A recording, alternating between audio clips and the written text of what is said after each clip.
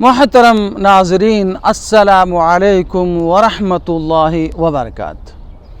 ہماری مجلس کا آج کا موضوع ہے قاریوں کی کثرت، علماء و فقہا کی قلت۔ پیارے نبی صلی اللہ علیہ وسلم نے خبر دی ہے کہ قیامت کی نشانیوں میں سے یہ بھی ہے کہ قراء کی تعداد زیادہ ہو جائے گی، علماء شریعت کم ہو جائیں گے۔ حضرت ابو ہریرہ رضی اللہ عنہ بیان فرماتے ہیں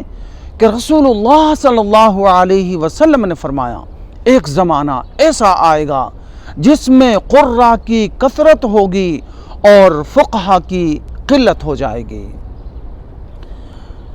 علم اٹھا لیا جائے گا اور حرج زیادہ ہو جائے گا۔ عرض کیا گیا، یا رسول اللہ یہ حرج کیا چیز ہے؟ تو آپ نے فرمایا، تمہاری آپسی خون ریزی، جنگ و جدال، قتل و قتال۔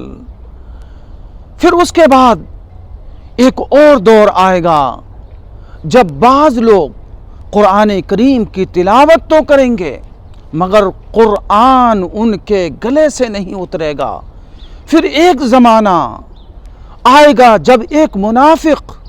کافر، مشرک، ملحد ایک مومن سے مناقشہ کرے گا، ایک مومن سے مناظرہ کرے گا، بحث و مباحثہ کرے گا، معاملہ اور مومن کی باتوں کا ترکی بترکی جواب دے گا۔ معاملہ اس وقت اور زیادہ خراب ہو جائے گا جب علماء کے دنیا سے اٹھ جانے پر لوگ جاہلوں کو اپنا پیشوا بنا لیں گے، تو لوگ ان سے دینی مسائل پر گفتگو کریں گے، فتویٰ پوچھیں گے، تو وہ خود گمراہ ہوں گے، کیونکہ وہ بغیر علم کے فتویٰ دیں گے تو خود گمراہ ہوں گے اور دوسروں کو گمراہ کریں گے۔ حضرت عبداللہ بن عمرو رضی اللہ عنہ کا بیان ہے، کہتے ہیں کہ رسول اللہ صلی اللہ علیہ وسلم نے فرمایا، اللہ تعالی اچانک دنیا سے علم کو نہیں اٹھائے گا بلکہ یک لخت اپنے بندوں سے علم کو نہیں کھینچے گا، بلکہ علماء کی وفات کے ذریعے علم کو ختم کرے گا۔ اور جب علماء حق اس دنیا سے رحلت فرما جائیں گے تو علماء سو